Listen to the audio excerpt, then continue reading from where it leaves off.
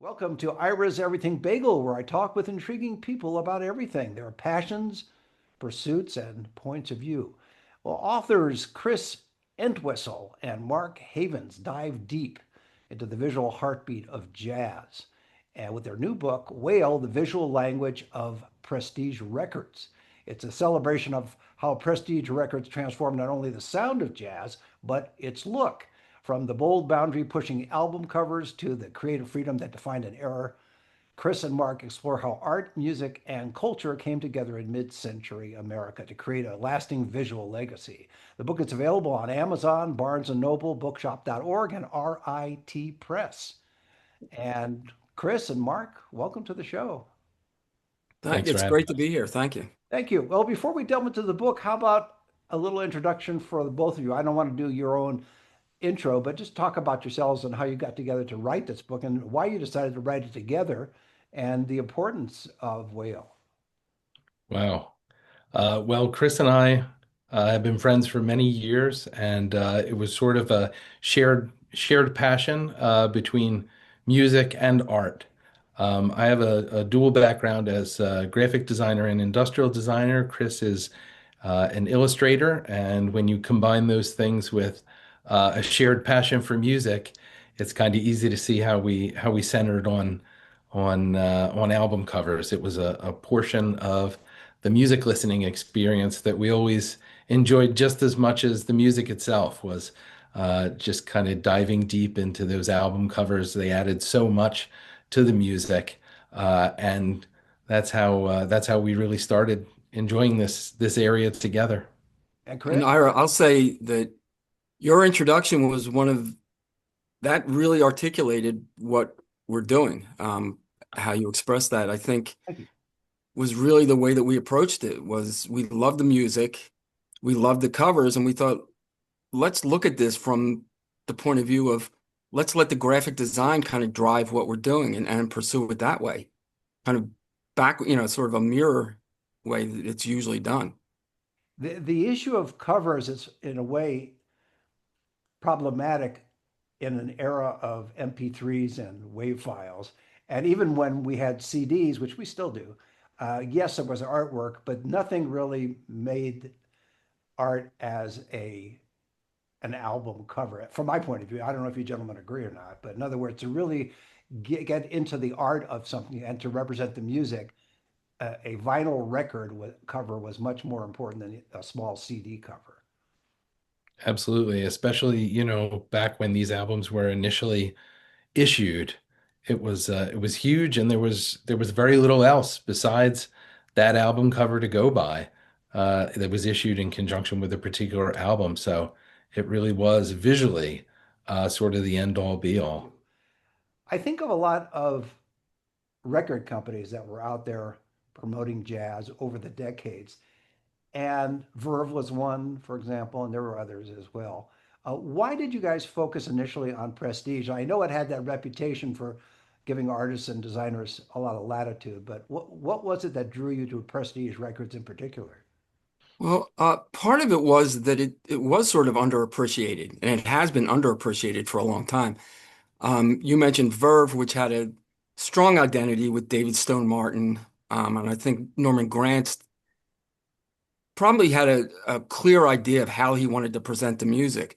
Um, most jazz from this year, when people look at it, they're thinking of Blue Note, which has just about eclipsed every other label, in terms of the design and the way it's presented, and the way that, in a lot of ways, the way that it's been preserved.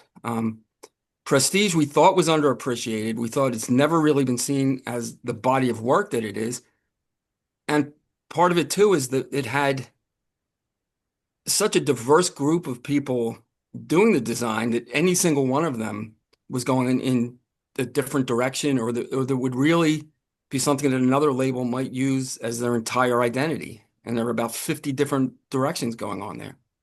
And to see it as a body of work for us, it took on a life of its own. How did you know to look at it as a body of work? Because I would imagine, and correct me, gentlemen, if I'm wrong, when the artists and the designers and the engineers and everybody involved with Prestige Records over those years, when they turned out albums and recordings, Did they know that they were looking to create this synthesis of visual artistry as well as audio artistry? I That's would pretty say interesting. only, I'm sorry, go ahead. I would say I only was gonna say unconsciously. that's really interesting because when we talked to the musicians and we talked to the label owner Bob Weinstock and other producers, they had said that the musicians were concerned almost solely with the music. But the artists, on the other hand, they loved the music and wanted to be involved with the music. Their art, in many ways, was inspired by the music. And so the artists, the designers, they cared very much about that sort of fusion of the music and the imagery. And Chris, did you want to add to that? I know you kind of cut each other off for a second. I thought that was a great question. I mean, it was very, I don't think they saw it as a body of work. I'm not even sure how far they saw into the future that this would be preserved, but I think we were able to see it in retrospect. And it only became apparent to us as we saw it one after another that we were doing it. I want to talk to you in depth about the book and how you laid it out. But before that, I just thought of another label too. World Pacific Jazz was another uh, record label that featured and focused on jazz, especially with that name. But do you think there's something about jazz that gives birth to this synthesis that I referenced earlier between the visual art and the recording art? Or is that can that be duplicated in the world of say classical music or rock music or rhythm and blues, as they like to used to call it, etc.? Or is it? Do you think it's because of the unique nature of jazz and its improv uh, energy? I think you're probably onto something. I think that certainly rock music in the 60s, I think people felt by the end of the 60s when you had, I'm thinking of things influenced by like the Fillmore posters and the Avalon posters and things like that, probably translated that rock energy.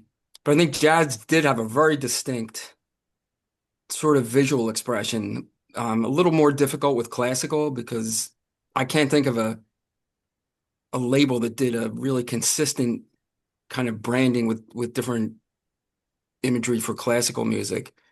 Some good stuff, but I don't think it's sort of what you're suggesting. I think it was really coalescing around the music. And as Mark said, it's these designers and artists loved the music and they really, because they weren't playing instruments, they wanted to be on the scene in some way and they wanted to be involved. And they were close to the musicians. They would attend sessions, so.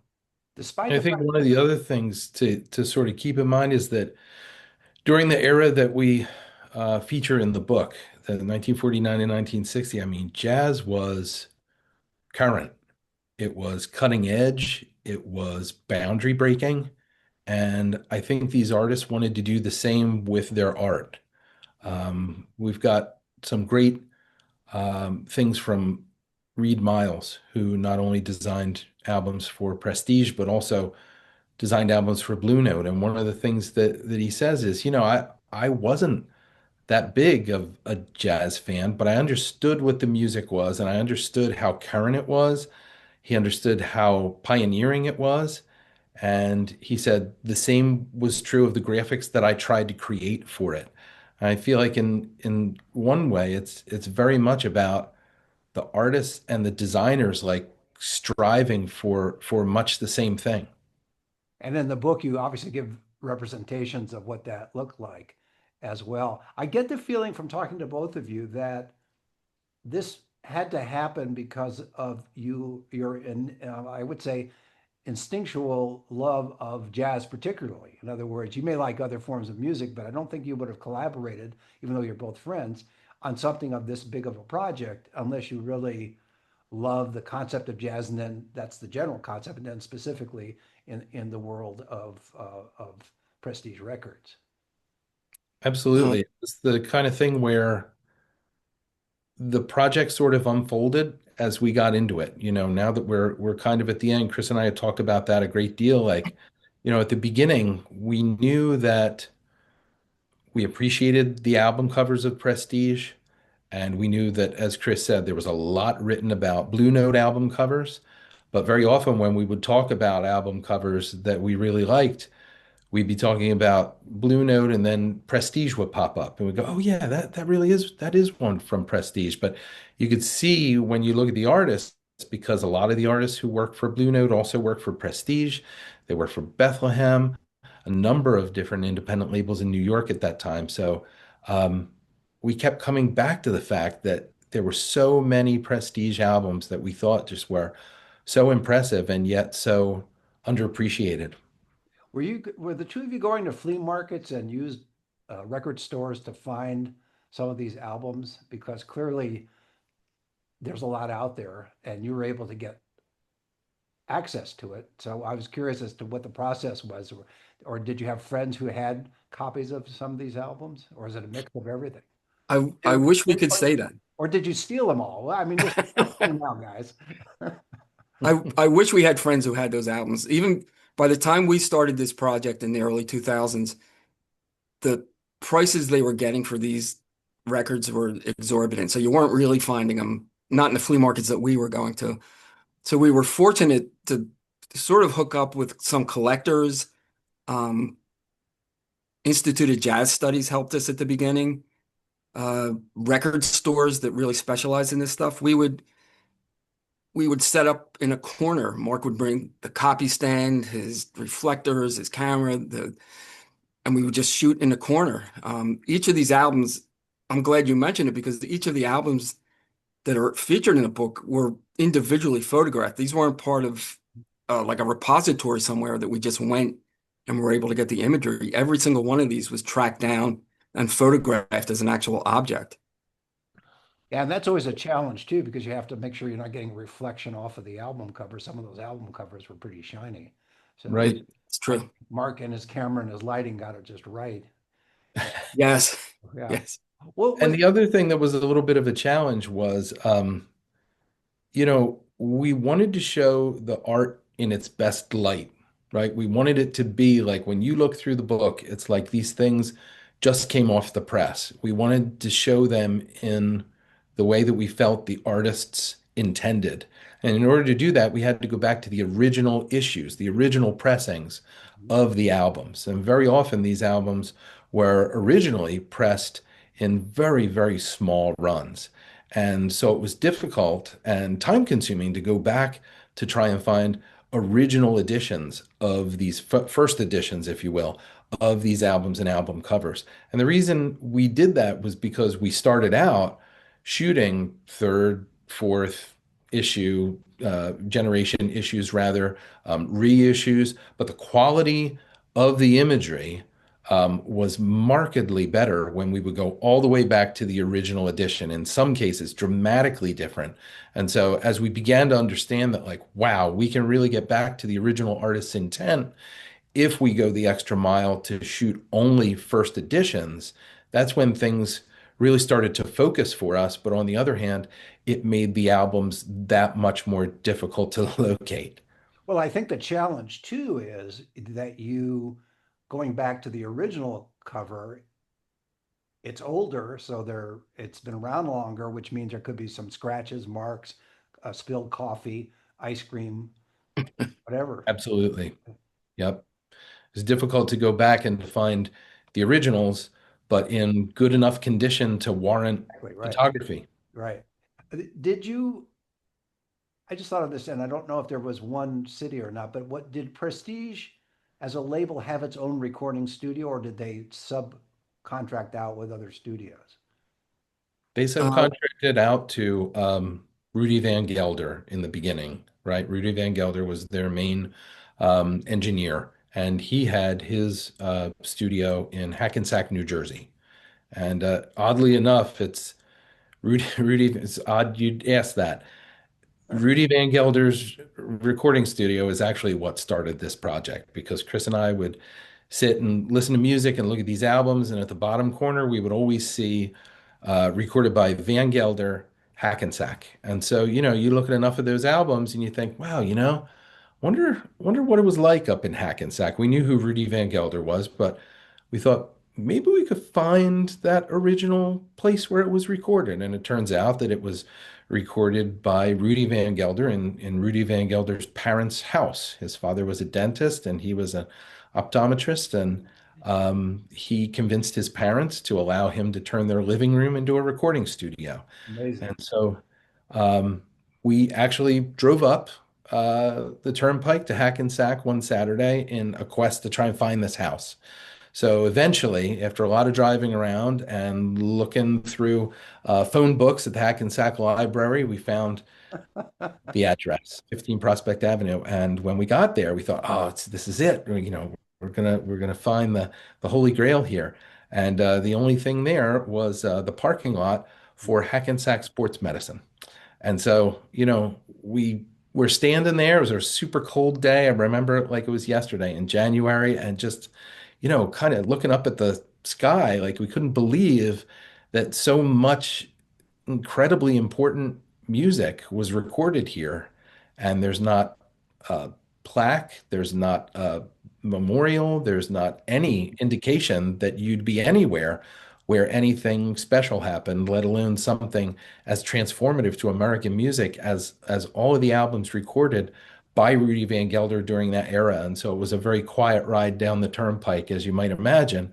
But that's the conversation about what was being lost and how much there is to be preserved and how much the music and the art of that era and what these people did of that era deserves recognition, was really the impetus for us to start the book project. So it really did all begin with Rudy Van Gelder.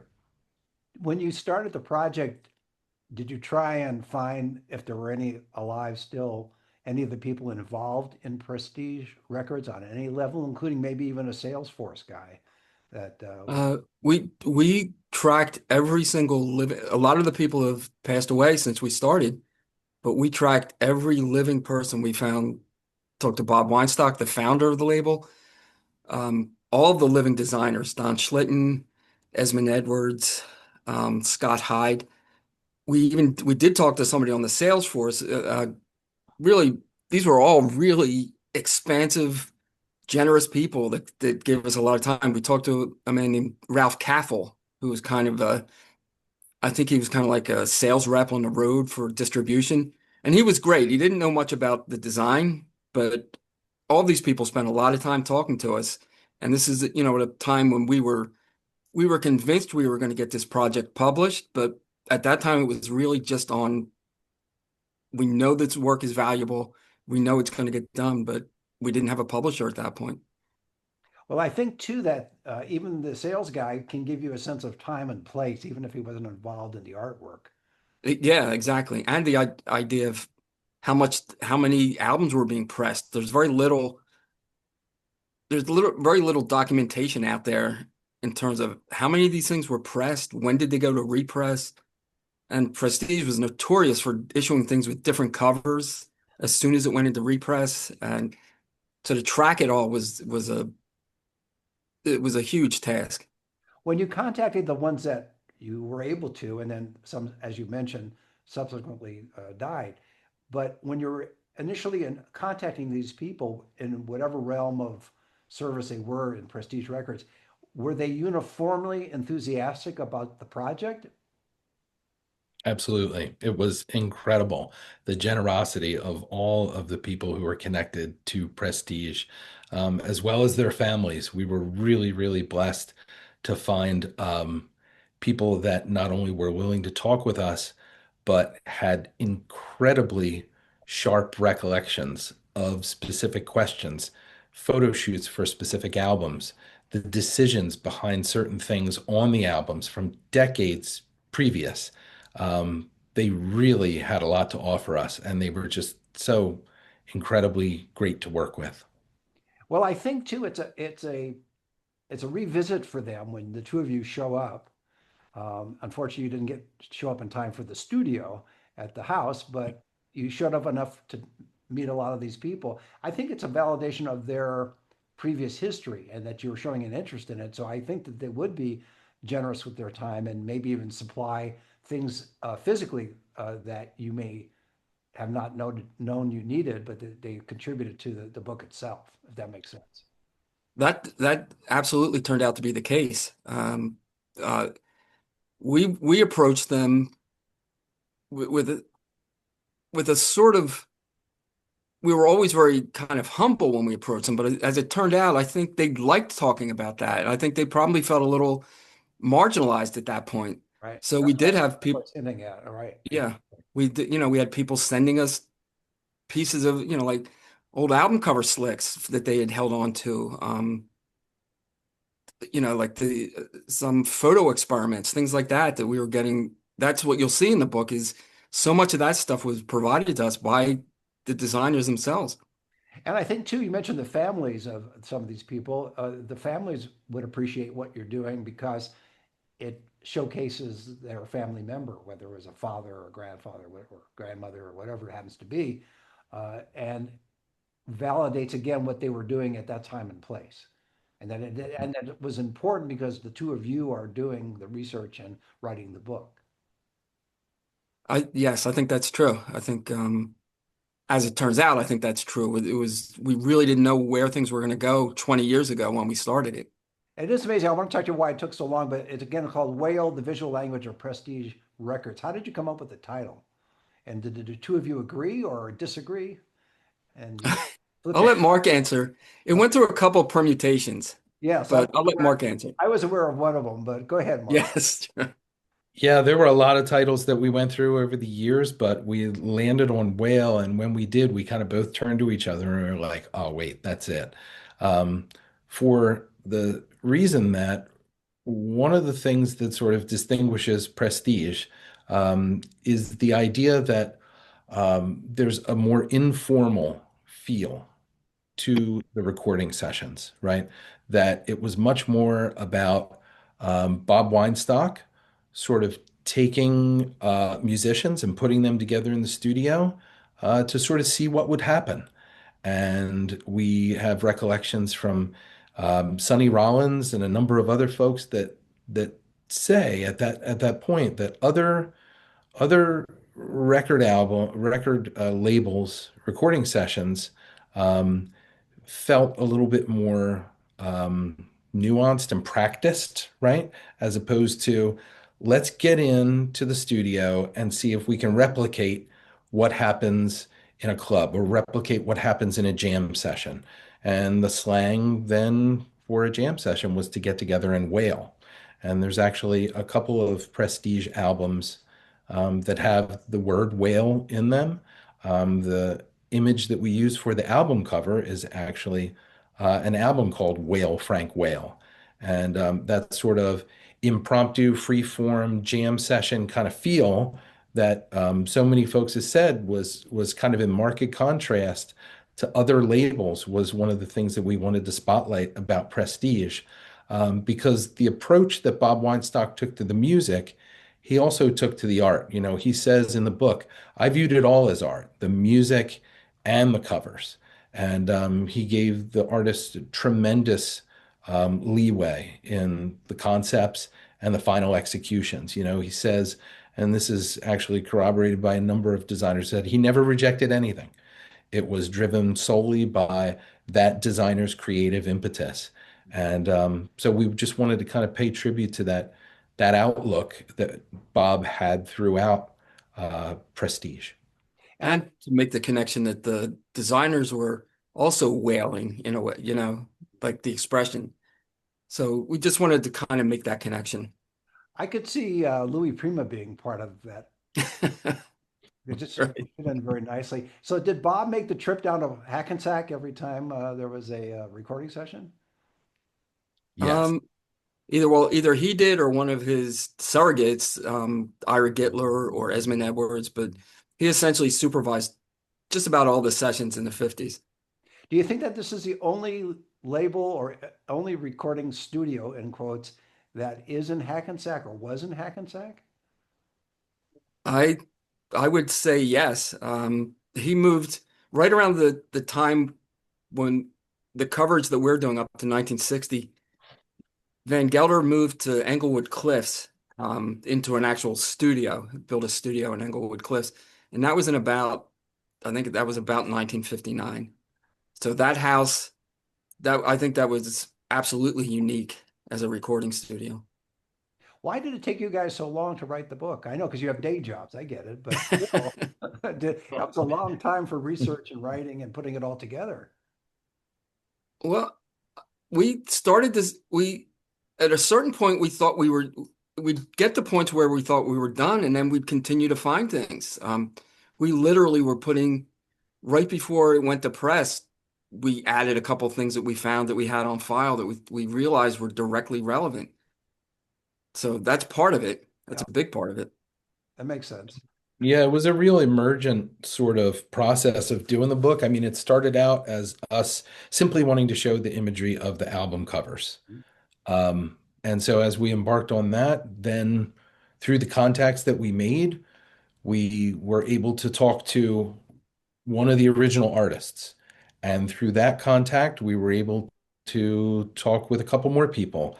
And the idea eventually began to emerge that, hey, maybe it's not just a catalog of album covers. Maybe it's about some of the people that were involved.